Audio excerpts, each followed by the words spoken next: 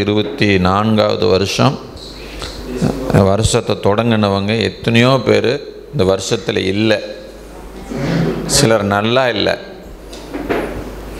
இல்லை, சிலர் நல்லா இல்லை. ஆனால் ஆண்டவர் நம்ம நல்லா வச்சிருக்கிறார். ஆண்டவருக்கு நன்றி சொல்லுவோமா? ஆமாம். இன்னும் இந்த வருஷம் முடியிருக்கு 31 நாள். இந்த ஒரு நாள் போயிடுச்சுன்னு சொன்னால் 30 நாள் தான் இருக்குது. ஆமாம், வேகமாக நாட்கள் ஓடிக்கிட்டு இருக்குது. ஸ்தோத்திரம். உடனே இயேசு வரப்போகிறாருன்னு நினச்சிடாதீங்க. ஸ்தோத்திரம். அல்லேலூயா. இயேசுலாம் வர்றதுக்கு ரொம்ப லேட் ஆகுங்கிறது என்னுடைய கருத்து. ஏன்னா அவர் சொன்ன காரியம் இன்னும் இந்த பூமியில் நிறைவேறல. நிறைய மாற்றங்கள் நடக்க வேண்டியதாக இருக்குது. ஸ்தோத்திரம். அல்லேலூயா. ஊழியக்காரர்களுக்கு மத்தியிலேயே என்ன கிடையாது, இன்னும் ஒரு மனமும் ஐக்கியமும் இல்லை. இதெல்லாம் வராமல் ஆண்டவர் இயேசு இந்த பூமிக்கு வரமாட்டார். ஆமாம். சரி, இந்த வருஷம் இந்த முதல் தேதி அப்படிங்கிறனால ஒரு வாக்குத்தத்தத்தை எடுத்து உங்கள் மத்தியில் நான் இன்றைக்கி பிரசங்கம் பண்ண விரும்புகிறேன். யோசுவா புஸ்தகத்தை நாம் திருப்பிக் கொள்ளுவோம். வேதத்தில் இருக்கிற வாக்குத்தத்தங்கள் எல்லாமே நமக்கும் சொந்தமானது. ஒரு கட்டத்தில், ஒரு சூழ்நிலையில், ஒரு சில மனிதரிடத்தில் பேசின வார்த்தைகள், அது எழுதப்பட்ட வாக்குத்தத்தங்கள். நாம் அதை தியானிக்கும் போது கர்த்தர் நம்மிடத்திலும் என்ன செய்கிறார்? அந்த வாக்குத்தத்தத்தின் மூலமாக பேசுகிறவராக இருக்கிறார். யோசுவா 1:5. நீ உயிரோடு இருக்கும் நாளெல்லாம் ஒருவனும் உனக்கு முன்பாக எதிர்த்து நிற்பதில்லை. நான் மோசேயோடு இருந்தது போல உன்னோடும் இருப்பேன். நான் உன்னை விட்டு விலகுவதும் இல்லை, உன்னை கைவிடுவதும் இல்லை. ஹல்லேலூயா சொல்லுவோமா? நான் உன்னை விட்டு விலகுவதும் இல்லை. இது பழைய ஏற்பாட்டு, புதிய ஏற்பாட்டில் சொன்ன வாக்குத்தத்தமாக நினைக்காதீங்க. பழைய ஏற்பாட்டிலேயே ஒரு மனுஷனை பார்த்து சொல்லியிருக்கிறார், நான் உன்னை விட்டு விலகுவதே இல்லை, நான் உன்னை கைவிடவே மாட்டேன். இந்த மோசே நிற்கிற சூழ்நிலை கொஞ்சம் நீங்கள் யோசிச்சு பாருங்கள். இந்த யோசுவா நிற்கிற சூழ்நிலை கொஞ்சம் யோசிச்சு பாருங்களேன். முரட்டாட்டமுள்ள ஒரு ஜனம், தேவனுடைய நேரடியான அழைப்பை பெற்ற மோசேக்கு கீழ்ப்படியாதவர்கள், மோசேக்கு விரோதமாக முறுமுறுத்தவர்கள், மோசேக்கு விரோதமாக கல்லெறியும்படி கள்ள தூக்கினவர்கள். இப்படிப்பட்ட இந்த ஜனங்கள் இன்றைக்கி மோசே இறந்துட்டார், மோசே இல்லை.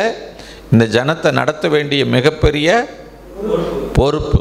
கடந்த வாரம் கூட கேட்டேன், நான் போயிட்டா இந்த சபையை நடத்துறது யார்? ஒரு சகோதரன் மட்டும் உற்சாகமாக கையை உயர்த்தி நான் அப்படின்னா ரொம்ப சந்தோஷம். அல்லேலூயா. ஆமாம். ஒருவேளை உங்களுக்கு உள்ள மனசுக்குள்ளே என்ன இருக்கலாம்? ஆசை இருக்கலாம். நாம் ஏன் என்ன கர்த்தர் நடத்த மாட்டாரா? அவசரப்பட்டு நாம் எதுக்கு இதை வாய விடணும் அப்படிங்கிற எண்ணங்கள் உங்களுக்குள் இருக்கலாம். ஆனால் நல்லா கவனிங்க, மோசே இறந்ததுக்கு பிற்பாடு ஏன் காலேப்ப கர்த்தர் தெரிஞ்சுக்கல?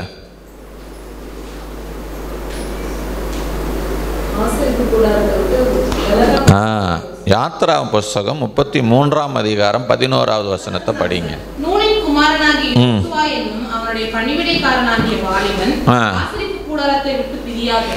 ஆசரிப்பு கூடாரத்தை விட்டு யார்? அவரு வாலிபன். ஒரு வாலிபு வயசில் வாழ்க்கை எப்படியெல்லாம் என்ஜாய் பண்ண நினைக்கணும். ஆனால் அதை எல்லாத்தையும் விட்டுட்டு அவரால் என்ன பண்ண முடியலைங்க? ஆசரிப்பு கூடாரத்தை விட்டு வெளியில் வர விருப்பம் இல்லை. தேவ சமூகத்தை, ஆசரிப்பு கூடாரம்னா வேற ஏதோ நினச்சிக்காதீங்க, தேவ சமூகத்தை விட முடியல, வாஞ்சிக்கிறார். இன்றைக்கி நிறைய பேர்த்துக்கு ஊழியம் செய்யணும்னு ஆசை இருக்குது. ஆசை இருக்கிறது தப்பு இல்லை. ஆனால் அந்த ஆசையெல்லாம் நிறைவேறுமா அப்படின்னா அதுக்கெல்லாம் உத்தரவாதம் கிடையாது. எனக்கு கூட தான் பிரதமர் ஆகணும்னு ஆசை இருக்குது. பிரதமர் ஆகிட்டேன்னு வச்சுக்கோங்க, எல்லாரும் நாடே என்ன ஆக்கிடலாம்? கிறிஸ்துவ நாடாக ஆக்கிடலாம். ஆசை வச்சுக்கிட்டோ, ஆசையை உள்ளே வச்சுக்கிட்டோ அது வெளியே சொல்கிறதுனாலையோ நம்ம என்ன ஆயிட முடியாது? அந்த இடத்துக்கு நம்ம வந்துட முடியாது. அதுக்கு சில தியாகங்களை நம்ம என்ன செய்யணும்? செய்யணும். ஊழிய வாஞ்சை எப்படிங்கன்னா எப்போவும் தேவ சமூகத்தில் விரும்பணும். இங்கே பைபிள் ஸ்டடி நடக்குது, பைபிள் ஸ்டடிக்கு வரணும். ஆயத்து ஜெபம் நடக்குது, ஆயத்து ஜெபத்துக்கு வரணும்.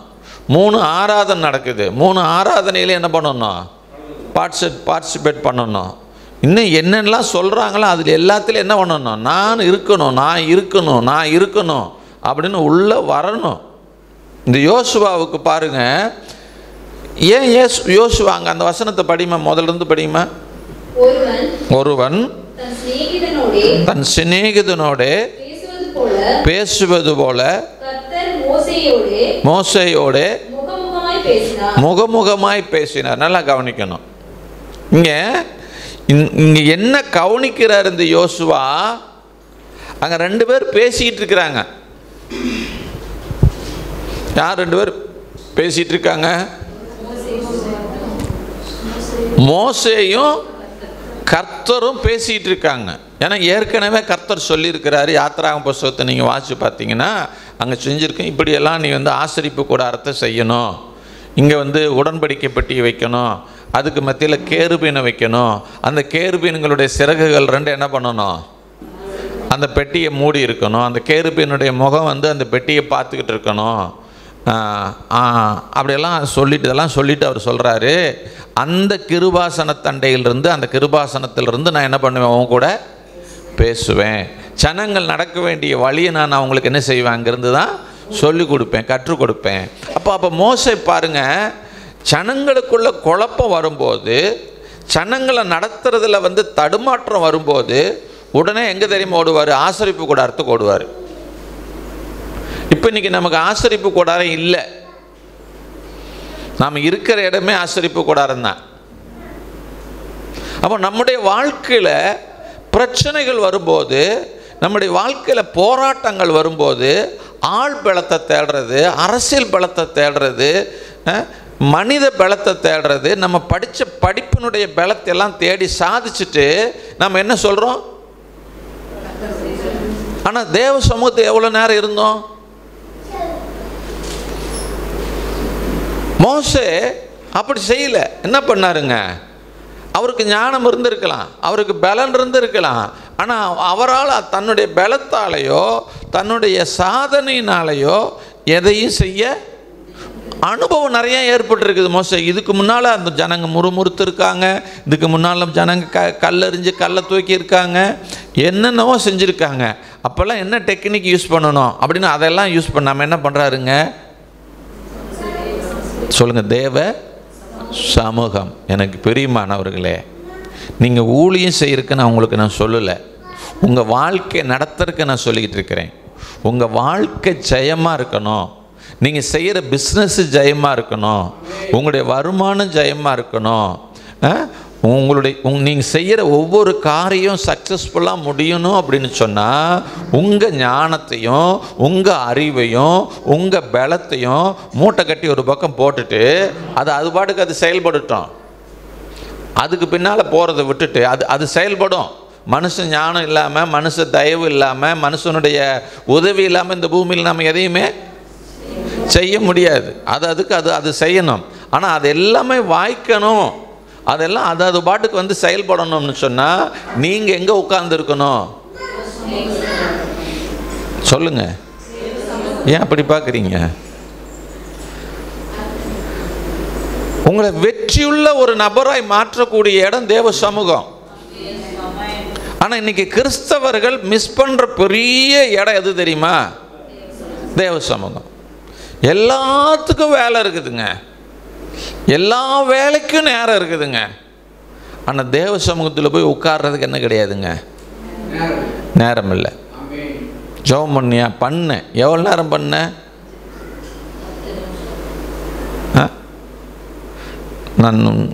எனக்கு சில விஷயங்கள் சில நேரங்களில் சில விஷயங்கள் எனக்கு உடன்பாடாக இருக்கவே மாட்டேங்குது. ஏன் சர்ச்சுக்கு வரல? நான் திரும்ப சொல்கிறேன், இந்த சர்ச்சுக்கு வர்றதுனால மட்டும் நீங்கள் என்ன பண்ண போகிறதில்ல? ஆசீர்வதிக்கப்பட போகிறதில்லை. அது ஒரு சில வாரம் வராமல் இருக்கிறதெல்லாம் பெரிய தவறே இல்லை. நான் அதை அப்படி வச்சுக்கிட்டு நான் பேசலை. ஆனால் அந்த சர்ச்சுக்கு வராது இருக்கிறதுக்கு ஒரு காரணம் சொல்கிறீங்க பார்த்தீங்களா? என்னென்ன காரணமெல்லாம் சொல்கிறீங்க சொல்லுங்கள் நீங்களே.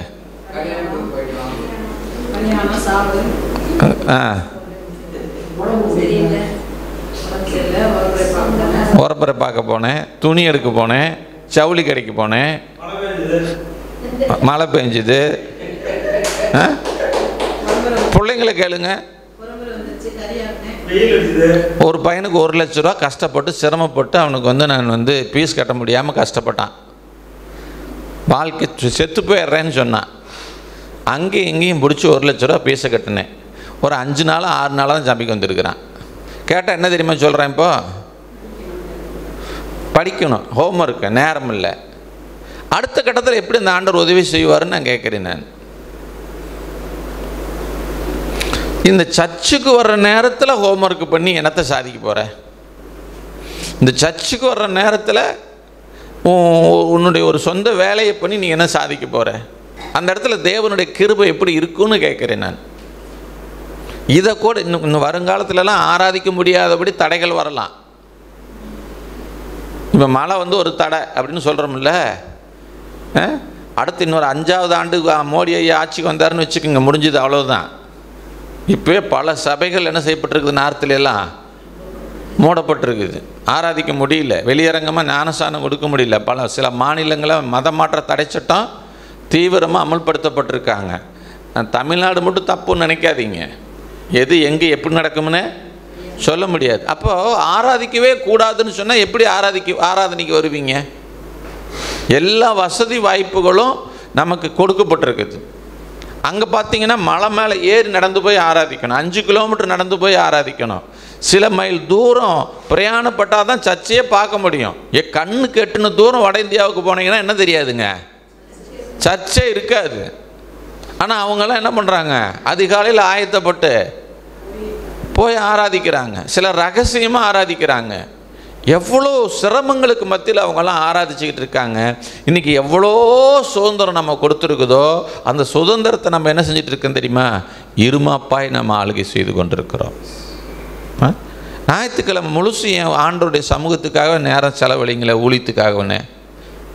ஞாயிற்றுக்கிழமை தாங்க கறி காய்ச்சி திங்கணும். சனிக்கிழமை கறி காய்ச்சி தின்னா ஜீரணம் ஆகாதா? சாப்பிடுங்க, சந்தோஷமாக இருங்க. ஒரு நாளையாவது ஆண்டவருக்கு என்று சொல்லி ஒரு 3 மணி நேரத்தையாவது முழுமையாக ஆண்டவருக்கு என்ன செய்யுங்க, ஒப்பு கொடுங்க தயவு செஞ்சு. இனிமேல் நான் எனக்கு இந்த மாதிரி பதிலெல்லாம் விசுவாசிங்க சொல்லும்போது நான் உள்ளுக்குள்ளே நொந்துக்குவேன். திருப்பி நான் பதில் பேச மாட்டேன். நான் திருப்பி பதில் பேசுகிறதுனால அவங்க மாறப்போகிறது, மாறுறவங்களா இருந்தால் அவங்கக்கிட்ட பேசலாம், மாறாதவங்ககிட்ட போய் என்னத்தை போய் பேசுறது? நான் சிலதுக்கெல்லாம் சில ஆளுங்கிட்டலாம் நான் ஊமையினாட்டவே இருப்பேன். ஏன்னா அவங்க பிடிச்ச முயலுக்கு என்ன எத்தனை கால், நான் போய் 4 கால்னு ப்ரூவ் பண்ணாலும் இந்த கால் நீ ஒட்டு வச்சிருக்கிறேன்பாங்க. எதுக்கு அந்த வம்பு? வாழ்க்கையெல்லாம் அவங்க வாழ்க்கை, யாருக்காக என்ன பண்ண முடியாது, வாழ்ந்து காட்ட முடியாது. ஸ்தோத்திரம். ஆனால் யோசுவா பாருங்க, மோசேயோட கர்த்தர் பேசுறத பார்க்குறான், இவன் கூட கர்த்தர் பேசல. நல்லா கவனிங்க, யோசுவாவோட கர்த்தர் பேசல. இது ஆசரிப்பு கூடாரத்தில் ஒரு ஓரத்தில் உட்கார்ந்துருக்கிறாரு. அங்கே யார் 2 பேர் பேசிக்கிறா? மோசேயும் கர்த்தரும் பேசிக்கிறாங்க. இதை பார்த்தோன்னு இவர் மனசில் என்ன தீர்மானம் பண்ணிட்டாரு? ஐயா, என் வாழ்க்கையில் அடுத்த கட்டத்துக்கு நான் போகணும்னா ஒரே வழி, நான் யாரை போல மாறணும்? மோசே போல மாறணும். கர்த்தரோட நான் பேசணும், கர்த்தர் என் கூட பேசணும். இந்த ஆசை அங்கிருந்த லட்சமான ஜனங்களுக்கு வரல, ஒரு மனுஷனுக்கு வந்துச்சு, ஒரு மனுஷனுக்கு வந்துச்சு. அல்லேலூயா. அதனால் அந்த ஒரு மனுஷன் என்ன பண்ணுறான், கர்த்தர் பேசாத சூழ்நிலையிலையும் கர்த்தருடைய பிரசன்னத்தை உணராத சூழ்நிலையிலையும் வெளிப்பாடு இல்லாத சூழ்நிலையிலையும் அவன் எங்கே காத்து கிடக்கிறான்? தேவ சமூகத்தை அண்டி கிடக்கிறான். எனக்கு அன்பானவர்களே, எடுத்துடனே கர்த்தர் உங்கள் கூட என்ன பண்ண மாட்டார்? நாளைக்கே போன உடனே உட்காந்து 3 மணி நேரம் ஜெபம் பண்ண உடனே ஆண்டவர் உங்கள் கூட என்ன பண்ணிட மாட்டார்? பேசிட மாட்டார். இதெல்லாம் மிகப்பெரிய தியாகம். மிகப்பெரிய சாக்ரிஃபைஸ் பண்ணாமல் நீங்கள் நேரத்தை பல மணி நேரங்களை நீங்கள் ஆண்டவருக்கு கொடுக்காம ஆண்டவருடைய சத்தத்தை கேட்பது என்பது கூடாத காரியம். எவ்வளோ தியாகம் பண்ணணும் தெரியுமா? நேரத்தை மாத்திரம் இல்லை, சில நேரங்களில் விலையேறப்பட்டதையெல்லாம் உறவுகள் எல்லாம் சில நேரங்களில் என்ன பண்ண வேண்டியதாக இருக்கும்? இழக்க வேண்டியதாக இருக்கும். சில நட்புகள் இழக்க வேண்டியதாக இருக்கும். பொருளாதாரத்தை இழக்க வேண்டியதாக இருக்கும். மேன்மை இழக்க வேண்டியதாக இருக்கும். மகிமை இழக்க வேண்டியதாக இருக்கும். இது எல்லாத்தையும் நீங்கள் தியாகம் பண்ணும் பொழுது தான் உங்களை எல்லாத்துக்கும் மேலே கொண்டு வரக்கூடிய அந்த கர்த்தருடைய சத்தத்தை நீங்கள் கேட்கிறவர்களாய் மாற முடியும். நீங்கள் ரொம்ப என்ன பண்ணிட்டாங்கன்னா, அதெல்லாம் ரொம்ப ஈஸிங்க. போய் உட்காந்தா ஜெபம் பண்ணால் ஆண்டவர் என்ன பண்ணிடுவார்? கேட்டுருவார், கொடுத்துருவார், பேசிடுவார். நான் திரும்ப சொல்கிறேன், அவர் தகப்பன் தன் பிள்ளைகிட்ட பேசுகிற மாதிரி பேசுகிறதுக்கு ரொம்பவும் ஆசையாக தான் இருக்கிறாரு. ஆனால் நம்ம இப்போ வாழ்ந்துக்கிட்டு இருக்கிற இந்த வாழ்க்கை முறையில் நம்மக்கிட்ட கர்த்தர் பேசினார்னா நம்மளை கையிலே பிடிக்க முடியாது. நான் சொல்கிறது விளங்குதா விளங்கலையா? நாம் இன்னும் பக்குவப்படலை. நம்முடைய சுபாவம் இன்னும் மாறலை. நம்முடைய கோபம் இன்னும் மாறலை. இப்போ கர்த்தர் வந்து நம்மக்கிட்ட பேசுகிறாருன்னு வச்சுக்கோங்க, ஒரு மணி நேரம் உட்காந்து இதெல்லாம் இப்போ இப்படிப்பா, இதெல்லாம் அப்படிப்பா, அதெல்லாம் அப்படிப்பான்னு பேசிட்டாருன்னா யாரையாவது மதிப்போன்னு நினைக்கிறீங்களா?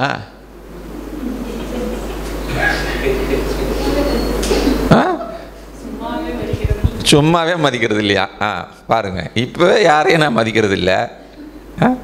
என்னெல்லாம் கையிலே பிடிக்க முடியாது, அவ்வளவுதான். வந்தாவா வராட்டிப்போ. கர்த்தரே என் கூட என்ன பண்ணிட்டார்? 1 மணி நேரம் பேசிட்டாரு. மனுஷனையே மனுஷனாவே மதிக்க மாட்டோம். நமக்கு முன்னால் நிற்கிறது போல எப்பவும் எதுவாக தான் இருக்கும். அவ்வளோதான். வாழ்நாள் முழுசும் மறுபடியும் ஜென்மத்துக்கு கர்த்தர் சத்தத்தை என்ன பண்ண முடியாது? கேட்கவே முடியாத அளவுக்கு பண்ணிட்டு போயிடுவோம் நம்ம. அதனால் ரொம்ப பக்குவப்பட வேண்டியது ரொம்ப ரொம்ப அவசியம். ஆனால் அதே நேரத்தில் கர்த்தர் சத்தத்தை கேட்குறது ரொம்ப உங்களுக்கு என்ன இருக்கணும்? வாஞ்ச. எத்தனை வருஷம் காத்து கிடக்கிறான்னு தெரியலங்க. தேவ சமூகத்தில் என்ன பண்ணுறாருங்க? காத்து கிடக்கிறார். நம்ம மோசை எப்போ சாவுவார், கர்த்தர் எப்போ என் கூட பேசுவார், அப்படி இல்லை. அரசியல் மாதிரி அல்லது. அல்லேலூயா. எப்படியாவது மோசை கிட்ட பேசுகிற கர்த்தர் என்ன பண்ணணும்? என் கூடவும் பேசணும்.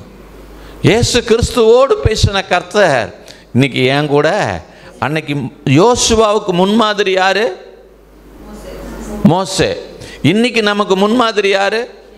இயேசு கிறிஸ்து. இயேசு கிறிஸ்துவோடு பேசின தேவன் என் கூட என்ன பண்ணணும்? பேசணும். பேசுவார், சத்தியமாக பேசுவாருங்க.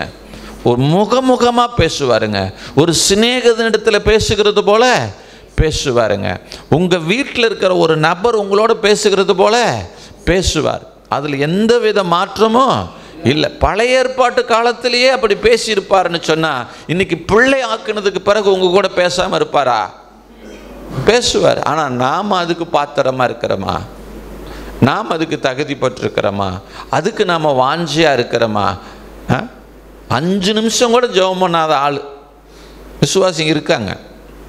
வாழ்க்கையில் 5 நிமிஷம் கூட கிடையாது. எந்திரிச்சு அந்த பெட்ஷீட்டு மடித்து வைக்கிற நேரத்தில் கூட ஜெபம் பண்ண முடியாத இருக்கிற ஆட்கள் நம்ம சபையில இல்லை. நம்ம சபையில் ரொம்ப நல்ல சபை நான் நினைக்கிறேன். நான் கிறிஸ்தவங்க இருக்காங்க அப்படி. ஆமாம். இவங்க வாழ்க்கையில் கர்த்தர் என்ன பண்ணணுங்க? அப்படியே வானத்தை பொளந்து அங்கேருந்து என்னெல்லாம் ஆசீர்வாதம் வச்சுருக்கிறாரோ அவ்வளோ என்ன பண்ணணும்? கொட்டணும். நான் அப்படி ஆயிடுவேன், இப்படி ஆயிடுவேன். எப்படியும் ஆக மாட்டேங்க. கர்த்தர் உங்க கூட என்னங்க?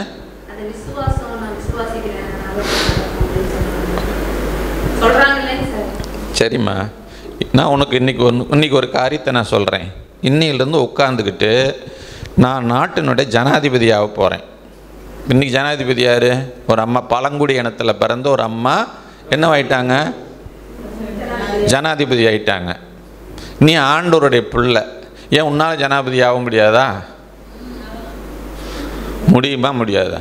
முடியும். அப்போ இன்னையிலேருந்து நீ என்ன பண்ணுற? நீ விசுவாசிக்கிற, நான் நாட்டுக்கு ஜனாதிபதி ஆக போகிறேன், நான் இந்தியாவுக்கு என்ன ஆக போகிறேன், ஜனாதிபதி. அப்போ விசுவாசி. பார்க்கல நீ ஜனாதிபதி ஆயிடுவியான்னு. நீ வார்டு மெம்பருக்கு நின்னா கூட உங்கள் வீட்டிலே ஓட்டு போட மாட்டாங்க.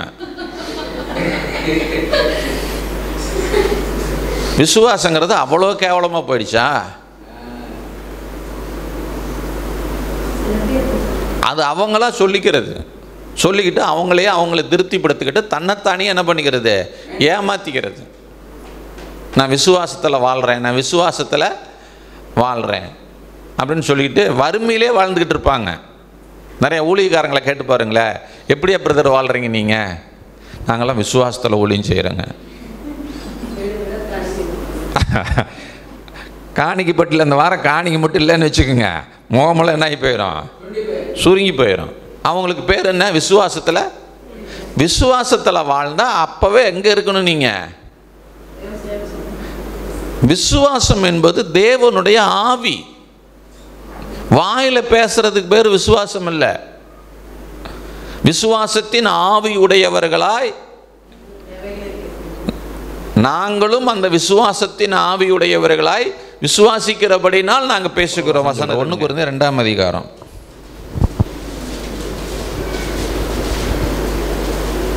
12வது வசனம். நாங்களோ, அப்போ 2 ஆவி இருக்குது.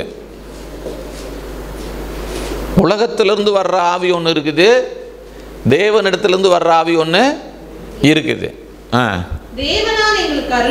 இந்த பள்ளிக்கூடத்தில் படிச்சுட்டு வர்றீங்க பார்த்தீங்களா, அது என்ன ஆவி? உலகத்திலிருந்து வர்ற ஆவி. நிறைய புக்ஸ் படிச்சுட்டு பேசுறீங்க பார்த்தீங்களா தத்துவங்களை, அது என்ன ஆவி? உலகத்தின் ஆவி. உங்கள் மூளையை பயன்படுத்தி சில கண்டுபிடிக்கிறீங்க பார்த்தீங்களா, இதெல்லாம் என்னதுங்க? உலகத்தின் ஆவி. அப்போ பவுலுடைய இதெல்லாம் இல்லையா சார்னா இருக்குது. ஆனால் அதை என்ன பண்ணல, அவங்க அதை பிரதானமாக நினைக்கல, அதை பேசிக்காக நினைக்கல, அது சைடில் வச்சுக்கிறது. உலகத்தின் ஆவியை பெறாமல் தேவனால் அருளப்பட்டவைகளை என்ன ஆவியை பெற்றிருக்கிறாங்களா? இன்னொரு இடத்துல வருமே, அந்த விசுவாசத்தின் ஆவியுடையவர்களாய். 2 கொரிந்தியர் 4ஆம் அதிகாரம்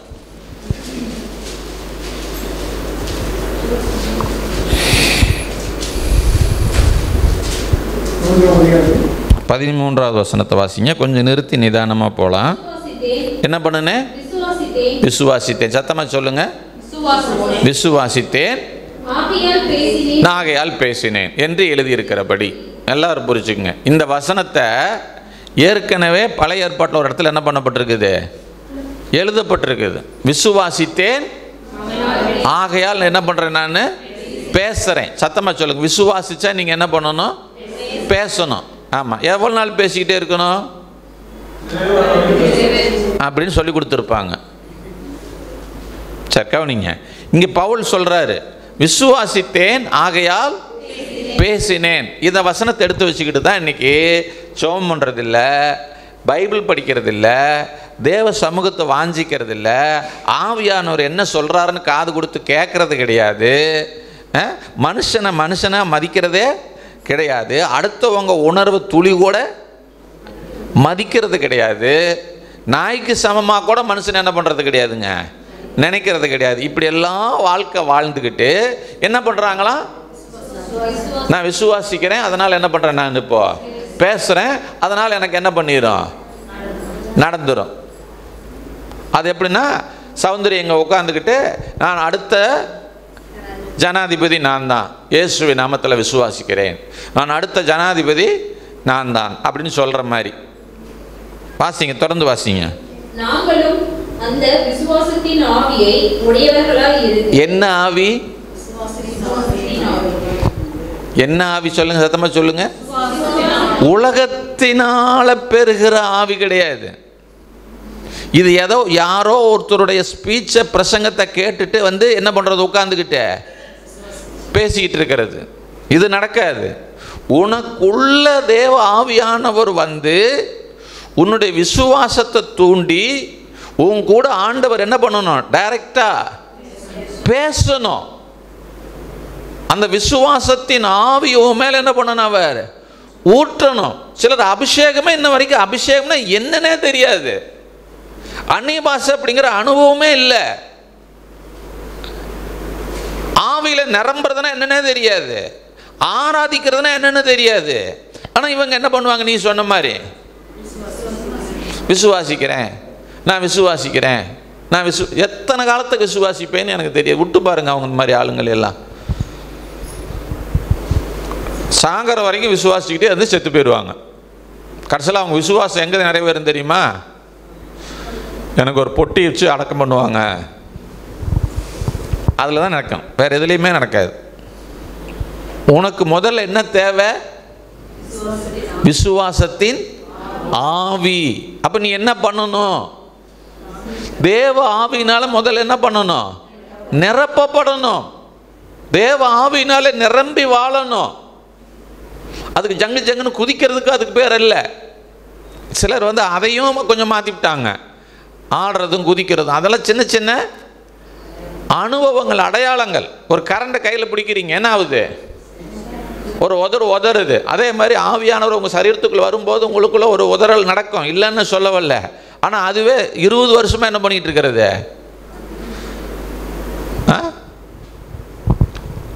செஞ்சு கட்டின தமாஷா இருக்கும். சங்கு சங்கு சங்கு சங்கு சங்கு சங்கு சங்கு சங்கு சங்கு சங்கு சங்கு சங்கு. பக்கத்தில் பைபிள் கீபிள் எல்லாம் என்ன ஆயிரும்? இங்கே குதிக்க ஆரம்பிச்சா அங்கே போயிடுவாங்க. அந்த குழந்தை படுத்துருந்தா குழந்தை காலை வச்சே மிதிச்சு போடுவாங்க. இதுக்கு பேர் ஆவியில் நிரம்புறது இல்லை, இது எமோஷனல். ஒரு முறை ஆவியானவர் வரும்போது இந்த அனுபவம் அவங்களுக்கு நடந்தது உண்மை. இப்போ அவங்க என்ன ஆகிறாங்க அப்படின்னு சொன்னால், அது நடந்தால் தான் ஆவியானவர் வர்றாரு அப்படிங்கிற ஒரு எமோஷனுக்குள்ளே போயிட்டாங்க. அது மட்டும் நடக்கலைன்னு வச்சுக்கோங்களேன், இன்னைக்கு ஆவியானவர் என் மேலே என்ன பண்ணவே இல்லை, இறங்கவே இல்லை. இல்லை, ஒரு முறை இறங்கிட்டாருன்னா ஆவியானவர் என்ன பண்ணுறாரு? உள்ளே இருந்து செயல்படுகிறார். அல்லேலூயா. அந்த செயல்படுகிற ஆவியானவருக்கு நீங்கள் என்ன பண்ணணும்? இடம் கொடுக்கணும். அதுதான் ஆவியான உள்ள வேலை செய்கிறதுக்கு. இப்போ தினமும் உள்ள இறங்கிக்கிட்டே இருப்பாரா? டங்கு டங்கு டங்கு டங்குன்னு குதிச்சுக்கிட்டே இருக்க வேண்டியதுதானா? நான் முத ஆவியில் நிரம்பும்போது என் 2 முழங்காலில் ரத்தம் வந்துச்சு. அப்போ இன்னமும் எனக்கு ஆவியானவர் இறங்குறாருன்னா தினமும் மொத்தம் வந்து அது கேன்சராகவே மாறி போயிடும். புருடு கட்டி போய் எப்படி இருக்கும் கால் முழங்கால பார்த்தா? முட்டியே போட முடியாது. இல்லை, ஒரு முறை உள்ளே வரும்போது அந்த அனுபவம் நடக்கலாம். 1 வாரத்துக்கு இருக்கலாம், 10 நாளுக்கு இருக்கலாம், 1 மாதத்துக்கு இருக்கலாம், 1 வருஷத்துக்கு இருக்கலாம், உங்களுடைய அனுபவத்தை பொறுத்து. ஆனால் 25 வருஷம் ஆகியும் அதே மாதிரி என்ன பண்ணிக்கிட்டு இருக்கக்கூடாது? குதிச்சுக்கிட்டே இருக்கக்கூடாது. ஸ்தோத்திரம். அந்த அனுபவத்தில் கொஞ்சம் கொஞ்சமாக என்ன பண்ணணும்? வளரணும். அப்போ நீங்கள் பேசுகிறீங்க, ரைட்டு. எதில் பேசுகிறீங்க? ஆவி, விசுவாசத்தின் ஆவி உள்ள இருந்து ஆவியானவர் உங்களை பேச வைக்கிறாரா, இல்லை உன் ஆசையில் நீ பேசுறியா? நீ ஜனாதிபதி ஆகணுங்கிறது எதில் பேசுகிற? ஆசையில். நான் 2 கோடி பணம் வேணும்னு பேசுகிறேன், நான் எதில் பேசுகிறேன்? எனக்கு ஆசையில் பேசுகிறேன். நான் எனக்குள்ள இருந்து ஆவியானவர் எனக்கு அந்த உந்துதலை என்ன செய்யலை, கொடுக்கல. ஆனால் ஆவியானவர் எனக்குள்ள உந்துதலை கொடுத்து நான் பேசினேன் அப்படின்னா அதுதான் விசுவாசித்தேன் ஆகையால் பேசுகிறேன். அப்போ விசுவாசம் உள்ள இருந்து வரணும். சில நேரங்களில் பாருங்க, நீங்கள் அப்படி சோகமா, ஐயோ என்ன பண்ணுறதுன்னு எனக்கு தெரியலையே, அப்படி இதோட என்னுடைய வாழ்க்கையை முடிஞ்சு போயிடும் போல தெரியுது அப்படின்னு ரொம்ப ஒரு அடுத்த அடி எடுத்து வாழ்க்கையில் வைக்கிறதுக்கு தெரியாமல் தடுமாறிட்டு உட்கார்ந்துருப்பீங்க.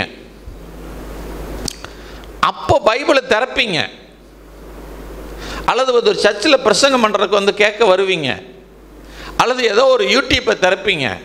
அப்போ ஒரு வார்த்தை வரும், பலங்கொண்டு திடமனதாயிரு, மோசேயோடு இருந்தது போல நான் உன்னோடும் கூட இருக்கிறேன், நான் உன்னை விட்டு விலகுவதும் இல்லை, நான் உன்னை கைவிடும் இல்லை. அப்போ கேட்கும்போது அந்த வார்த்தை வரும் பாருங்க, உங்களுக்குள்ள ஒரு உந்துதல் வரும் பாருங்க.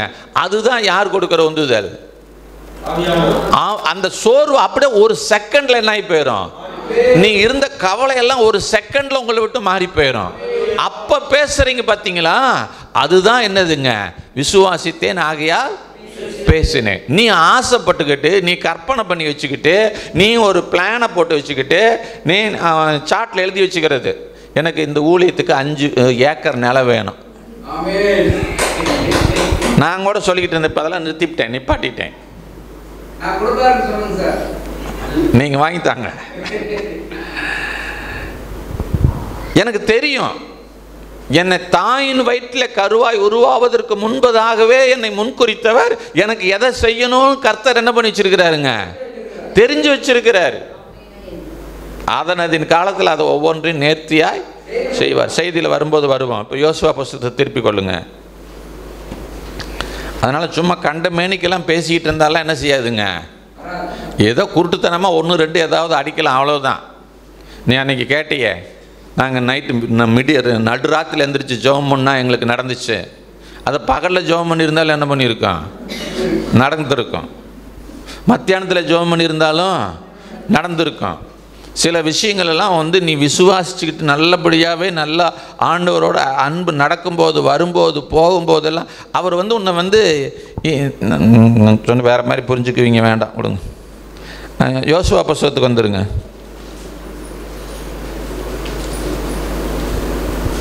அடுத்த வசனத்தை கொண்டு படிங்களேன்.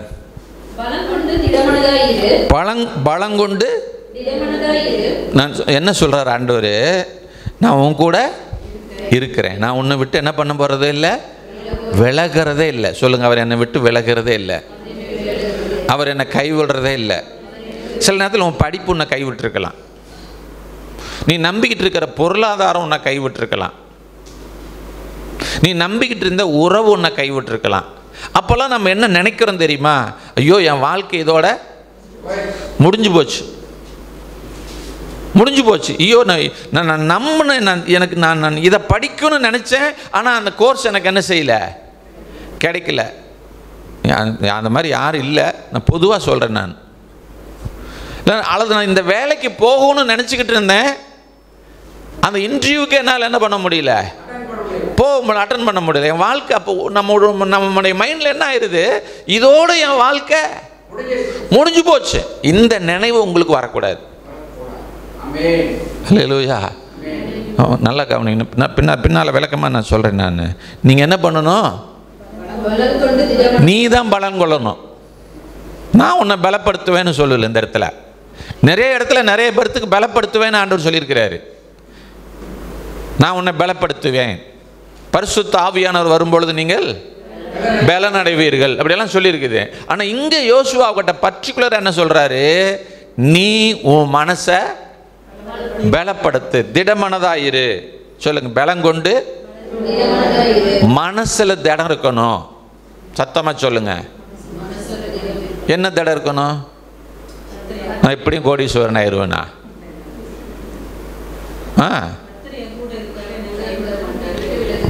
நீ கோடீஸ்வரனாவனு ஏன் நினைக்கிற? நான் என்ன சொல்றேன்னா, உன்னை அதை விட மில்லியனராக ஆண்டவர் மாற்றுவார். ஆண்டவர் ஒரு நோக்கத்தை வச்சிருக்கும் போது நீ அதை விட ஒரு குறைவான ஒரு நோக்கத்தை அறிக்கிட்டு ஏன் உன்னை இழந்துடுறீங்கன்னு நான் சொல்ல வர்றேன். நான் சொல்ல வர்றது உங்களுக்கு புரியுதா? நம்ம என்ன பண்ணுறோம், நாம் ஒரு கோல் வைங்க, நான் வேண்டான்னு சொல்லலை, ஆனால் அதுதான் இறுதின்னு நினைக்காதீங்க, அதுதான் கடைசி இல்லை. ஆண்டவர் உங்களை எங்கே எவ்வளோ உயரத்துக்கு கொண்டு போவாருங்கிறது யாராலையும் கணிக்கவே முடியாது.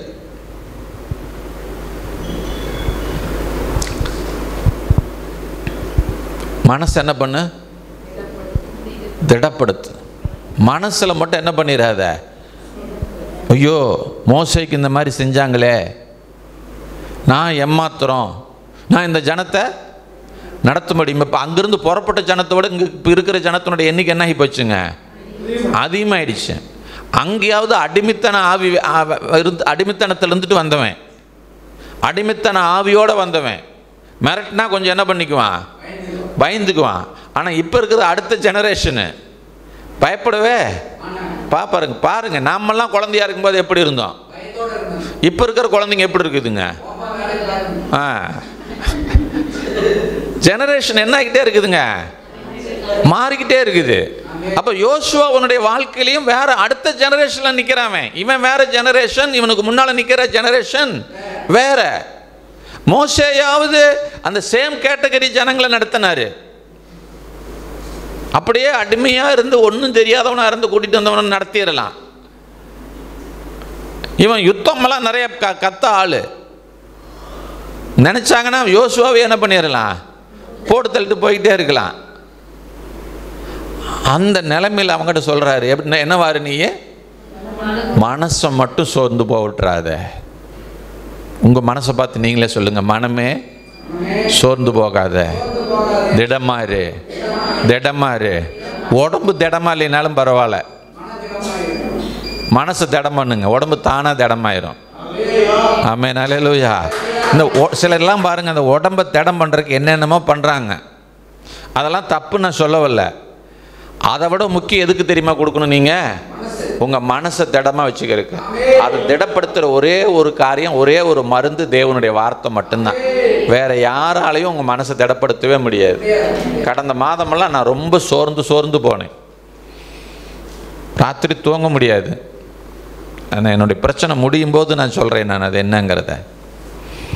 ஆமா, திடீர்னு தூக்கம் தெளியும், பிரச்சனை தான் முன்னால வந்து நிற்கும். அதுக்கு மேலே வெடிச்சு 4 மணி 5 மணி ஆனாலும் என்ன பண்ண முடியாதுங்க, தூங்கவே முடியாது. அப்படியே ஜெபிக்கவும் முடியாது.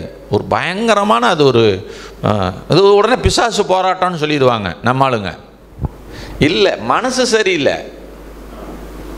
இதுக்கு பிசாசுக்கு எந்த சம்பந்தமோ இல்லை. மனசு சரியில்லை, மனசு போராடுது, மனசுக்குள்ள திடம் இல்லை, மனசுல உறுதி இல்லை, வார்த்தை என்ன பண்ண முடியலைங்க, பிடிக்க முடியல. அந்த நேரங்கள் எல்லாம் பாருங்க சோர்ந்து போய் என் மனைவியும் பிள்ளையும் தவிர வேற யாருக்கிட்டையும் அதை குறித்து என்ன பண்ண முடியாது, பேச முடியாது. ஆமாம், அவங்களுக்கும் என் வயசுக்கு அவங்களால என்ன பண்ண முடியாது, என் அனுபவத்துக்கு அவங்கள வந்து ஏதோ 2 வசனத்தை சொல்லுவாங்க, அவ்வளோதான். அதை தவிர அவங்களால ஒன்றும் பண்ணவே முடியும். எனக்கு அது சாட்டிஸ்ஃபேக்ஷனே ஆகாது. அது என் மனைவி சொன்னான்னா கோபம் தான் வருது. நான் படுற பாட்டில் ஒரு வசனத்தை சொல்கிறா அப்படின்னு. ஆனால் செபிக்கும்போது, பைபிளை திறக்கும்போது, ஆராதிக்கும்போது, ஆவியில் நிரம்பும்போது, அன்னி பாஷையில் பேசும்போது, உள் உணர்வின் மூலமாக கர்த்தர் வசனத்தை கொடுக்குறாரு பாருங்க. அப்போ ஒரு ஆறுதல் வருது பாருங்க. அப்போ ஒரு மனசு என்ன ஆகுது, தேற்றப்படுகிறது. அதுதான் திடங்கொள்ளுதல், மனதை திடங்கொள்ளுதல். அல்லேலூயா. வசனத்தினால மனதை என்ன பண்ணணும், திடப்படுத்தணும். ஆவினால மனசை என்ன பண்ணணும், திடப்படுத்தணும். ஆமீன். ஆவின் பலத்தினால மனம் என்ன பண்ணணும், திடன் கொண்டு பலமாயிரு, திடங்கொண்டு பலமாயிரு. இந்த ஜனத்தின் பிதாக்களுக்கு நான் கொடுப்பேன் என்று ஆணையிட்ட தேசத்தை நீர் இவர்களுக்கு பங்கிடுவாய். அல்லேலூயா. நீ எதை செய்ய முடியாதுன்னு நினச்சிக்கிட்டு இருக்கிறியோ அதை நான் செய்ய வைப்பேன்னு ஆண்டவர் யோசுவா கிட்ட சொல்கிறார். எது உனக்கு நடக்காதுன்னு நினச்சிக்கிட்டு இருக்கிறியோ அதை நடக்க வைப்பேன்னு ஆண்டவர் சொல்கிறார். ஆனால் நான் செய்வேன். நான் செய்கிறதுக்கு முன்னால் நீ என்ன செய்யணும், நீ உன் மனசை பக்குவப்படுத்து, உன் மனசை திடமாக வை. அல்லேலூயா. இன்னைக்கு காலையில் 8 மணி இன்னைக்கு காலையில் கூட எந்திரிக்கும் போது கூட என் மனசு திடமாக இல்லை, சோர்ந்து போய் தான் இருந்தேன். என் மனைவி முடிவு பண்ணிட்டேன், இவனுக்கு இதே வேலையாக போச்சு, எத்தனை நாளைக்கு தான் கையை தொட்டில் பிள்ளை போட்டு தாளாட்டுற மாதிரி ஆட்டிக்கிட்டு இருக்க முடியும். அப்படிங்கிற மனநிலைக்கு கூட போயிருக்கலாம் அவங்க. ஆனால் கர்த்தர் காலையில் மறுபடியும் என்ன பண்ணாருங்க, திடப்படுத்தினார். அல்லேலூயா. நான் திடப்பட்டு தான் நிற்கிறேன். நான் சொல்லிட்டேன், ஆண்டவரே நானே சோர்ந்து போய், நானே தளர்ந்து போய், நானே பலன் இல்லாமல் ஜனங்களுக்கு ஒரு வார்த்தையை கொடுத்தா அதில் என்ன பிரயோஜனம் ஆண்டவரே இருக்கும்? நான் பிரசங்கப்படத்துக்கு ஏறதுக்கு முன்னாலே என் இறுதி என்ன பண்ணணும், தேவ ஆவினால் பலப்படுத்தப்படணும். என் காதில் கேட்குற செய்தினால் நான் என்ன பண்ணப்படுத்தப்படணும்? பலப்படுத்தப்படணும். கர்த்தர் என்னை பலப்படுத்தினார். ஹல்லேலூயா. நான் திரும்ப சொல்கிறேன், இந்த உலகத்தில் மனுஷங்க எல்லாருமே உங்களை சோர்ந்து போகத்தான் பண்ணுவாங்க. ஈவன் ஊழியக்காரங்களையும் சேர்த்து நான் சொல்கிறேன். ஏன்னா அவங்களும் சில நேரங்கள் எங்கே தான் நிற்கிறாங்க? மாம்சத்தில் தான் நிற்கிறாங்க. அதனால் எந்த மனுஷனுடைய வார்த்தையினாலே நீங்கள் என்ன ஆகாதீங்க? சோர்ந்து போகிறதுக்கு உங்கள் மனசை விடாதீங்க. ஆமாம், எத்தனையோ வருஷத்துக்கு முன்னால் செஞ்ச தப்பை இன்றைக்கி என்ன பண்ணுவான்? ஊழியக்காரன் பிரசங்க படத்தில் நின்றுக்கிட்டு சுட்டி காட்டுவான். உடனே என்னத்தான் சொல்லிட்டாங்க அப்படின்னா நீங்கள் சோர்ந்து போயிடுவீங்க. அவ்வளோதான், முடிஞ்சு போயிடுவீங்க. பிசாசு அந்த இடத்துல அந்த ஊழியக்காரனை உங்களுக்கு என்ன பண்ணுறான்? உங்களுக்கு எதிராக இங்கே நின்று அம்பு எயிருக்கு என்ன பண்ணுறான்? ஆயுதமாக பயன்படுத்துகிறான். விடாதீங்க. உங்கள் மனசை விசுவாசம் என்னும் கேடகத்தை கொண்டு தடுத்து நிறுத்துங்க. இல்லை கர்த்தர் என்னோடு கூட இருக்கிறார். கர்த்தருடைய வல்லமை என் மேலே இருக்குது. கர்த்தருடைய அபிஷேகம் என் மேலே இருக்குது. தாவீதின் மேலே இருந்த அபிஷேகம், கோலியாத்தை கொலை செய்த அவன் தலையை வாங்கின அபிஷேகம் என் மேலே இருக்கு. சத்துரு என் பாதங்களுக்கு கீழே, சாத்தான் என் பாதங்களுக்கு கீழே. எனக்கு விரோதமாக உருவாக்கப்படுகிற எந்த ஒரு ஆயுதமும் வாய்க்காது. எனக்கு விரோதமாக உருவாக்கப்படுகிற எந்த ஒரு ஆயுதமும் வாய்க்காது. எனக்கு விரோதமாக ஒரு வழியாக வந்தால் 7 வழியாக ஓடி போவாங்க. அப்பவே நீ சொல்லணும், இதுதான் உன் விசுவாசம். எப்ப பேசணும்? பக்கத்துட்டுக்காரன் BMW கார் வாங்கிட்டு போகும்போது, நானும் இயேசுவின் நாமத்தினால BMW கார் வாங்குவேன். இதுவா விசுவாசம்? இது பொறாமையா இருக்கணும், இல்லைன்னா பேராசையா இருக்கணும். இன்னொருத்தனோட கம்பேர் பண்ணிக்கிட்டு நீங்க உங்க வாழ்க்கை என்ன பண்ணாதீங்க? உயர்த்தாதீங்க. ஸ்தோத்திரம். அல்லேலூயா. கர்த்தர் உங்க கூட, உங்களை பிசாசு உங்க கூட போராடும் போது, பிசாசு உங்களை மடங்கடிக்க நினைக்கும் போது, கோலியாத் வந்து கொக்கரிச்சு ஆர்ப்பரிக்கும் போது, அவனுக்கு விரோதமாய் நீ பேசுகிறது தான் விசுவாச வார்த்தை. நீங்க நிறைய இந்த ப்ராஸ்பரிட்டி பேசுறவங்க இப்படி சொல்லி கொடுத்துட்டு போயிட்டாங்க. நீ பேசிக்கிட்டே இருந்தீங்கன்னா உனக்கு என்ன வந்துடும்? நீ பேசுறது உனக்கு, நீ கொஞ்ச நேரம் தானே பேசுற, மற்ற நேரத்தில் பேசுறதுல என்ன பண்ற? உருப்பட மாட, நீ நாசமா போயிடுவா, எருமை மாட, சனின்னு இதை தான் ரொம்ப நேரம் பேசுறோம். அப்புறம் பேசுறது தான் நடக்கும். வேத வசனம் வந்து மந்திரமா ஓதருக்கு கர்த்தர் கொடுக்கல. வேத வசனங்களை கர்த்தர் நீ வந்து உன்னுடைய சுயநலத்துக்காக பயன்படுத்துறதுக்கு கர்த்தர் என்ன செய்யல? வேத வசனத்தை கொடுக்கல. நீ உடைஞ்சு போயிருக்கும் போது, நீ சோர்ந்து போயிருக்கும் போது, உன்னை ஒருத்தன் கொல்ல நினைக்கும் போது, கர்த்தர் உன் கூட பேசுகிற வார்த்தை தான் தேவனுடைய வார்த்தை. உன்னை தைரியப்படுத்துறதுக்கு, உன்னை திடப்படுத்துறதுக்கு, அல்லது தப்பான வழியில் நீ போயிட்டு இருக்கிற உன்னை சரிப்படுத்துறதுக்கு, உன்னை திசை திருப்புறதுக்கு கழுதையை கொண்டு கூட கர்த்தர் என்ன பண்ணுவாருங்க? பிழையாம் தப்பான வழியில் போய்கிட்டு இருக்கிறான். அவன் நல்ல ஒரு தீர்க்கதரிசியாக வச்சிருக்கிறதுக்கு ஆண்டவர் விரும்புகிறாரு. புரதேசத்தில் வாழ்கிறவன் தான். கர்த்தர் கழுதையை கொண்டு என்ன பண்ணுறாருங்க? பேசுகிறாரு. யாரை கொண்டு வேணாலும் பேசுவார். வார்த்தை வரும்போது நீங்கள் என்ன பண்ணணும்? உங்களை சரிப்படுத்தி கொள்ளணும். திடமனதாயிரு. சத்தமாக சொல்லுங்க. ஆமாம், நான் சொல்கிற காரியம் அவ்வளோதான். திடமனதாயிரு. இன்னும் ஒரே ஒரு காரியத்தை மாத்திரம், நேரம் இருக்கிற வரைக்கும் நம்ம கொஞ்ச நேரம் பேசுவோம். 4வது வசனத்தை வாசிங்க. 4வது வசனம். வனாந்தரமும் இந்த லேபேனும் தொடங்கி ஐபிராத் நதியான பெரிய நதி மட்டும் உள்ள ஏத்தியரின் தேசம் அனைத்தும் சூரியன் அஸ்தமிக்கிற திசையான பெரிய சமுத்திரம் வரைக்கும் உங்கள் எல்லையாய் இருக்கும். இந்த எல்லையை எப்ப ஆண்டவர் குறிக்கிறாரு? இஸ்ரவேல் ஜனங்களுக்கு எல்லை இப்போ குறித்து இந்த இடத்துல சொல்கிறாருல்ல, யோசுவா கிட்ட இந்த எல்லை சொல்கிறாருல்ல. இந்த எல்லை எப்போ தீர்மானிக்கப்பட்டது? ஆபிரகாம் காலத்தில் தீர்மானிக்கப்பட்டது. சத்தமா இல்லையா சொல்லலாமே? அப்பனா எத்தனை 100 ஆண்டுகளுக்கு முன்னால் ஆண்டவர் தீர்மானிச்சு இன்னைக்கு யோசுவாவின் மூலமாக அந்த எல்லையை உறுதிப்படுத்தி அந்த எல்லைக்குள்ளே கொண்டு போய் என்ன பண்ணுறாருங்க? நிலைநிறுத்துகிறார். ஐயோ, விடி எனக்காக ஜெபம் பண்ணியிருக்கிற. கவனிங்க, உங்களுடைய வாழ்க்கை இன்னைக்கோ நேத்தோ நிர்ணயிக்கப்பட்டது அல்ல. தயவு செஞ்சு புரிஞ்சுக்குங்க. உங்ககிட்ட இப்ப இருக்கிற திறமையின் அடிப்படையில் நியமிக்கப்பட்டதும் அல்ல. உங்ககிட்ட இருக்கக்கூடிய படிப்பு, செல்வம், சொத்து இதன் அடிப்படையில் என்ன வேலை வாய்ப்பு இருக்குதோ இதன் அடிப்படையிலையும் உங்களுடைய வாழ்க்கை நிர்ணயிக்கப்படவில்லை. விசுவாசிக்கிறீங்களா? உங்க வாழ்க்கையை நீங்க பிறக்கிறதுக்கு முன்னாலேயே கர்த்தர் என்ன பண்ணிட்டாரு? தீர்மானிச்சிட்டாரு. ஆமென் சொல்லுங்க.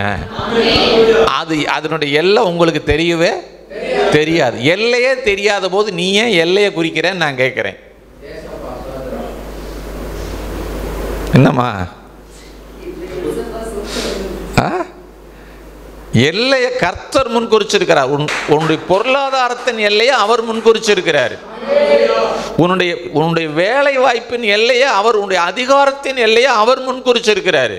நான் அப்ப என்ன சொல்றேன்னா, உன் வாழ்க்கையை கர்த்தரிடம் முழுசுமா ஒப்பு கொடுத்துரு. அவர் பார்த்துக்குவாரு. ஹல்லேலூயா. நீங்க இப்போ இப்படி சொல்றது, கிராண்டம்மா இருக்காங்க,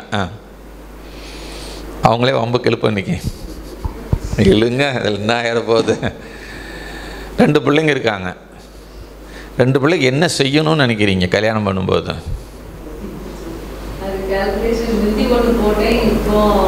அதோட அதிகமாகிடுச்சு. இருங்க இருங்க இருங்க வர்றேங்க. இப்போ பாருங்க, எத்தனை வருஷத்துக்கு முன்னாடி ஒரு கணக்கு போட்டீங்க பாருங்க. அவங்களுக்கு கல்யாணம் ஆன போதே பிள்ளை பிறக்கங்காட்டியே அவங்க பிள்ளைக்கு பிள்ளை பிறந்தா அப்போ ஏன் பையன் பிறந்தான்னு விசுவாசிச்சிருக்கலாம்ல. வெளிப்படுத்திட்டார் பிள்ளை தான் அப்படின்னு. சரிங்க. அப்போது பாருங்க, அப்போவே அவங்க என்ன பண்ணியிருக்கிறாங்க, பிள்ளைக்கு என்ன செய்யணும் அப்படின்னு ஒரு அளவு. அது அளவு தானே. அது பவுனாக இருக்கட்டும், பணமாக இருக்கட்டும், சொத்தாக கொடுக்கறதா இருக்கட்டும், அல்லது ஒரு தொழில் வச்சு கொடுக்கறதா இருக்கட்டும், எதாக இருந்தாலும் என்னங்க ஒரு அளவு. இப்போ கேட்டால் என்ன சொல்கிறாங்க, அந்த அளவெல்லாம் இப்போ என்ன ஆகி போச்சுங்க, தாண்டிட்டேங்கிறாங்க. சொல்லுங்க, இப்போ என்ன பண்ணுறேன்ட்டாங்க. இன்னொரு 5 வருஷம் கழிச்சு தான் கேட்டானே என்ன சொல்லுவாங்க, தாண்டிட்டேன்னு சொல்லுவீங்க. நான் என்ன புரியுதா? ஒரு மனுஷனே எல்லை என்ன பண்ணிக்கிட்டே போறாங்க, பெருக்கிக்கிட்டே போறாங்க. உங்களை முன்குறிச்சவரு சின்ன எல்லையா வச்சிருப்பாரு. சொல்லுங்கம்மா மரகதம்மா, உங்க வாழ்க்கையை குறித்து சின்னதா சிட்டுக்குருவியா எல்லையே வச்சிருப்பாரு. நம்ம மூளை சிட்டுக்குருவி மூளை, அவ்வளவுதான். எங்களை ஒரு அதிகாரி அடிக்கடி சொல்லுவார், இந்த எலிமெண்ட்ரி ஸ்கூல் வாத்தியாருங்க மூளை எல்லாமே சிட்டுக்குருவி மூளைம்பார். ஏன்னா திரும்ப திரும்ப போய் நாங்கள் வருஷம் ஆ ஆ இ ஈ உ ஊ ஏபிசிடி இதை தான் சொல்லணும். வேறு புதுசாக நாங்கள் என்ன பண்ண முடியாது, சொல்ல முடியாது. ஆனால் நம்ம மாப்பிள்ளை உட்காந்துருக்கிறாரு பாருங்க, மேசாக்கு, அவர் நாலேஜ் என்ன பண்ணிக்கிட்டே போகணும், அப்டேட் பண்ணால் தான் அடுத்த லேப்டாப் புதுசாக ஒன்று வந்தால் அது என்ன பண்ண தெரியும், ஓப்பன் பண்ண தெரியும். பழைய லேப்டாப் மாதிரி இப்போ இருக்கிற லேப்டாப் இருக்காது. பழைய டெஸ்க்டாப் மாதிரி இப்போ இருக்கிற டெஸ்க்டாப் இருக்காது. ஹார்டு டிரைவ் பழைய மாதிரி வேறு மாதிரி இப்போல்லாம் மாறி மாறி எங்கே இருக்குதுன்னு தேடி கண்டுபிடிக்கணும். ஏன்னா நாலேஜ் என்ன பண்ணிக்கிட்டே இருக்கணும். அவர் எனக்கு தேவையே இல்லை, அன்னைக்கு போட்டால் அதே ஆவா அப்படியே தான் போடணும். அதனால் நம்ம மூளையெல்லாம் சிட்டுக்குருவி மூளை. ஆனால் எங்கள் அப்பா என்னை குறித்து நினச்சிருக்கிற நினைவு உயர்ந்த நினைவு. ஹல்லேலூயா சொல்லுங்க, உயர்ந்த நினைவு. எத்தனையோ வருஷத்துக்கு முன்னாலேயே என் வாழ்க்கையை கர்த்தர் என்ன பண்ணிட்டாருங்க, தீர்மானம் பண்ணிட்டாரு. ஹல்லேலூயா. என் வாழ்க்கை என் கையில் இல்லை, என் வாழ்க்கை என் முயற்சியில் இல்லை, என் வாழ்க்கை என் தீர்மானத்தில் இல்லை. ஹல்லேலூயா. எங்கே இருக்குது, தேவனுடைய திட்டத்தில் இருக்கிறது. அப்போ நான் என்ன செய்யணும் சார், தேவனை விசுவாசிங்க. நான் திரும்ப திரும்ப சொல்கிறேன், சில நிறைய பேர் சொல்லிக் கொடுப்பாங்க, நீங்கள் ஒரு எல்லையை நிர்ணயம் பண்ணுங்க, ஒரு கோல் வையுங்க. நானே சொல்லி கொடுத்துருக்குறேன். நான் சொல்கிறேன், திரும்ப சொல்கிறேன், இல்லை உங்களுக்கு கோலே கிடையாது. தாண்டி தாண்டி தாண்டி தாண்டி போய்கொண்டே இருக்கக்கூடிய உயர்வைத்தான் கர்த்தர் வச்சிருக்கிறாரு. ஆமென், அல்லேலூயா. அந்த வாழ்க்கையை கர்த்தர் எங்கே முன்குறிச்சிருக்கிறாரு? என் தாயின் வயிற்றிலே கருவாய் உருவாவதற்கு முன்பதாகவே என்னை முன்கண்ட தேவன், என்னை தெரிந்து கொண்ட தேவன் என் வாழ்க்கையினுடைய அனைத்து எதிர்கால காரியங்களையும் முன்குறித்து வைத்திருக்கிறார். அதை ஒருவனாலும் மாற்ற முடியாது. என்னை தவிர என் வாழ்க்கையில் நடக்கிற காரியங்களை தேவன் எனக்கு செய்கிற உயர்வை என்னை தவிர என்னால் வேற யாராலையும் மாற்றவே என்னோட வாழ்கிற மனைவி கூட மாற்ற முடியாது. என் மனைவியை குறித்து என் தேவன் வைத்திருக்கிற திட்டத்தை என் கணவனால் என்னால் மாற்ற முடியாது. விசுவாசிக்கிறீங்களா? அதை மாற்றுகிற சக்தி யாருக்கு மட்டும்தான் இருக்குது தெரியுமா? பிசாசுக்கு கூட கிடையாதுங்க. பிசாசுக்கே இல்லாத சக்தி உங்ககிட்ட இருக்குது. எது கை தட்டுறாருன்னு தெரியல. இப்போ அவர் பிசாசுக்கே இல்லாத சக்தி உங்ககிட்ட இருக்குதுன்னு.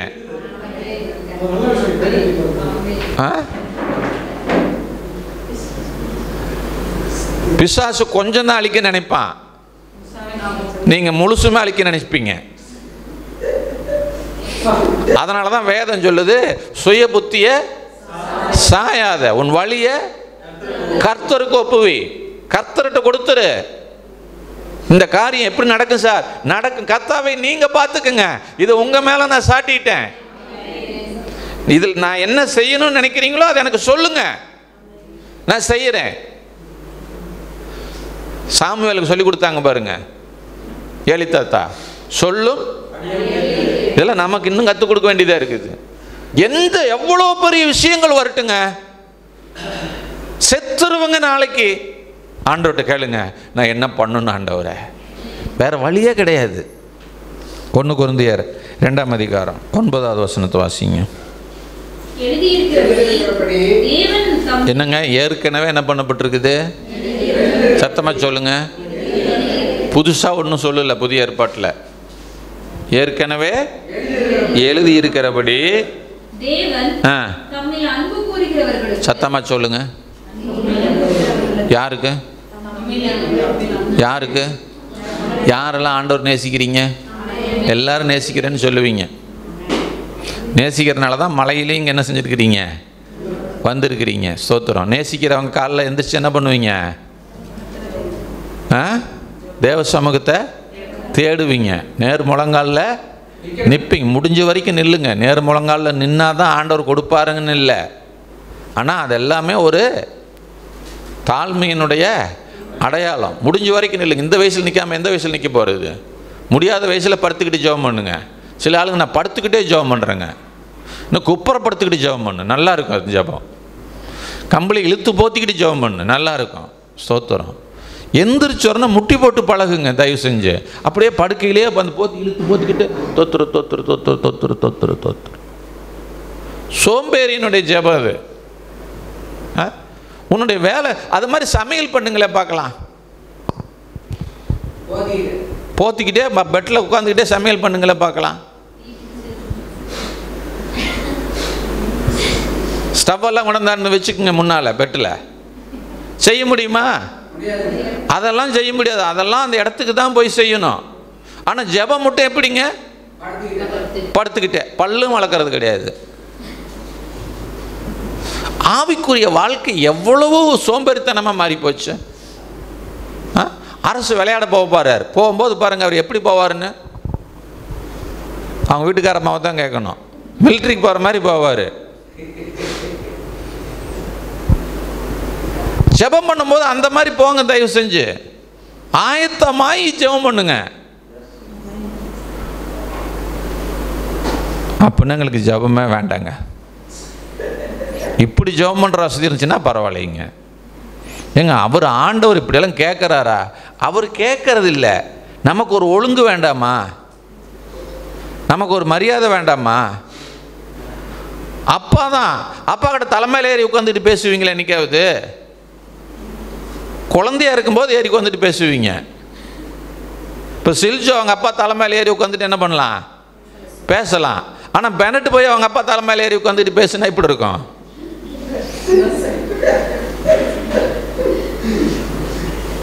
அப்ப எல்லாத்துக்கும் என்ன இருக்குதுங்க? ஒரு வளர்ச்சிக்கு தகுந்த ஒழுங்கு இருக்குது. அதை ஃபாலோ பண்ணுங்க தயவு செஞ்சு. எழுதியிருக்கிறபடி தேவன் தம்மில் அன்பு கூறுகிறவர்களுக்கு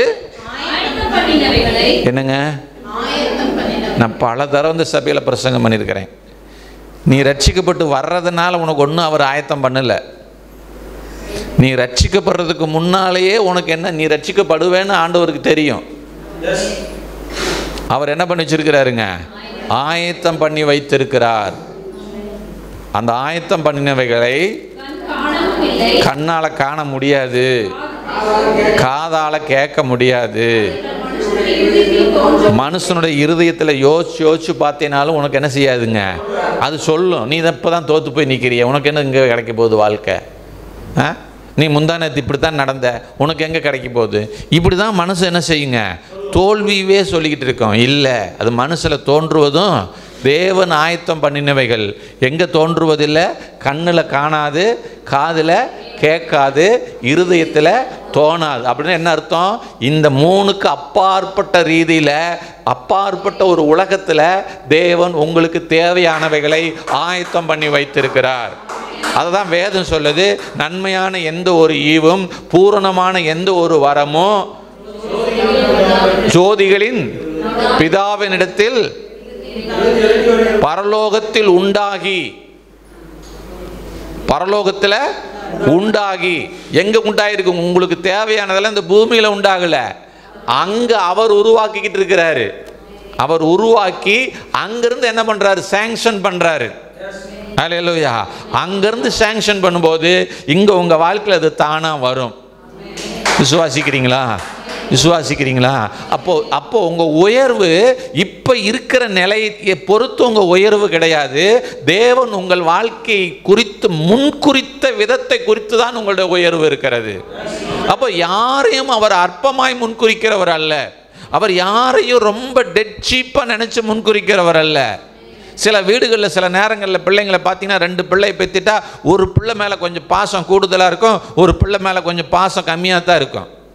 ஒரு அம்மா கூட சொன்னாங்க, ஒரு பிள்ளையை கல்யாணம் பண்ணி கொடுத்துடணும், ஒரு பிள்ளையை கூடவே வச்சுக்கணும்னு. அந்த ஆசையும் நடக்கல.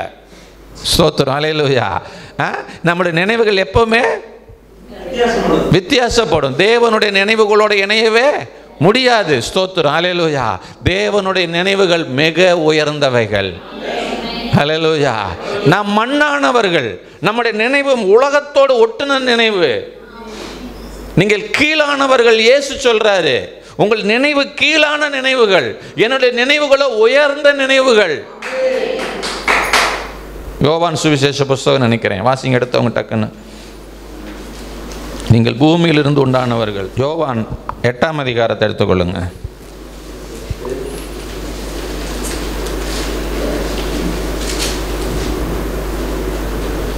23வது வசனம் வாசிங்க.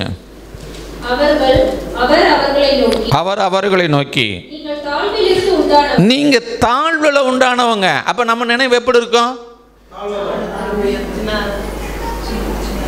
நான் எங்க உண்டானமோ அந்த லெவல்ல தான் இருக்கும். நான் எங்க இருந்து உண்டாயிருக்கிறேன்? நான் பரத்துல இருந்து உண்டாயிருக்கிறேன். பாசிங்க. நீங்கள் இந்த உலகத்தில் உண்டானவர்கள். நீங்கள் இந்த உலகத்தில் உண்டானவர்கள்.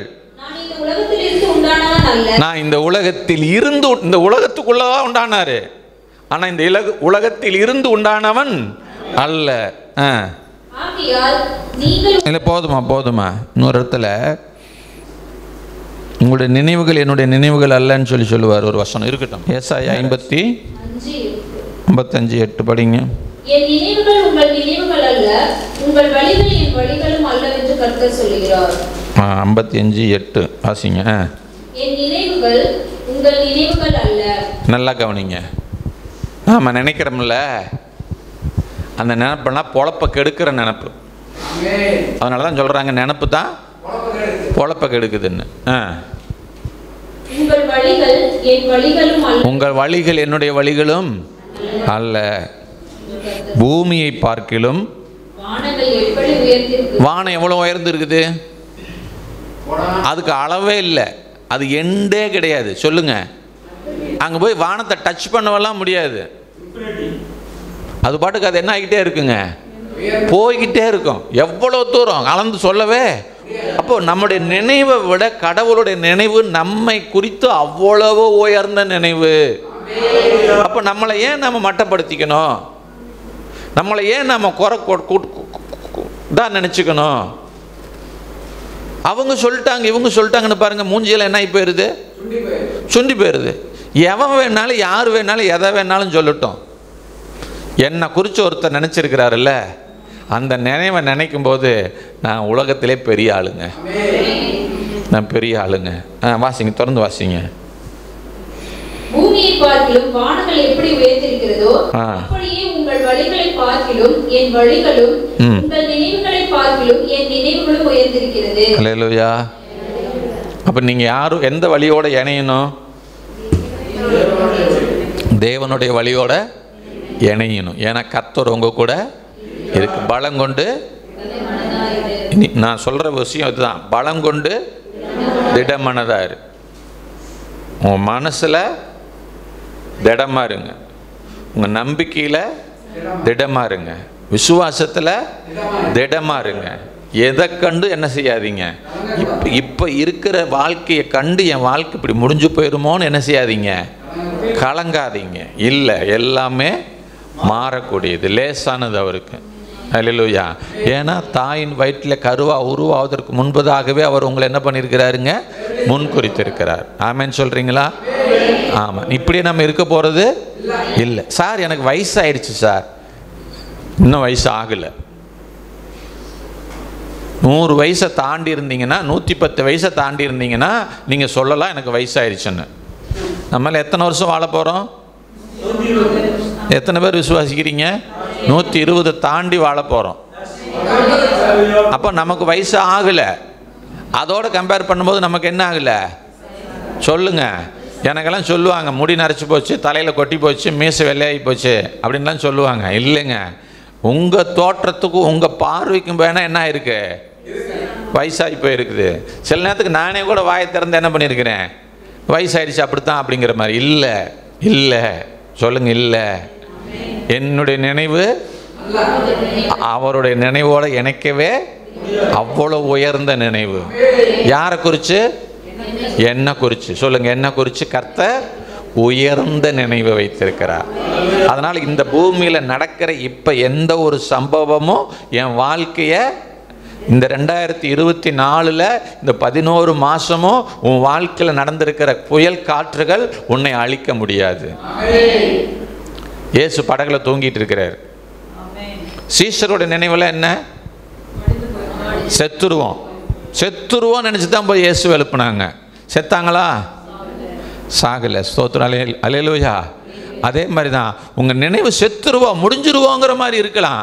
இல்லை, கர்த்தர் உங்களை என்ன பண்ண போறாருங்க, உயர்த்த போறார். கழுகுகளை போல செட்டைகளை அடித்து உயர உயர எழும்பத்தக்கதாக உங்கள் மனதை நீங்கள் என்ன பண்ணுங்க, திடப்படுத்துங்கள். மனதை திடப்படுத்துங்கள். கர்த்தர் பெரிய காரியங்களை செய்வார்.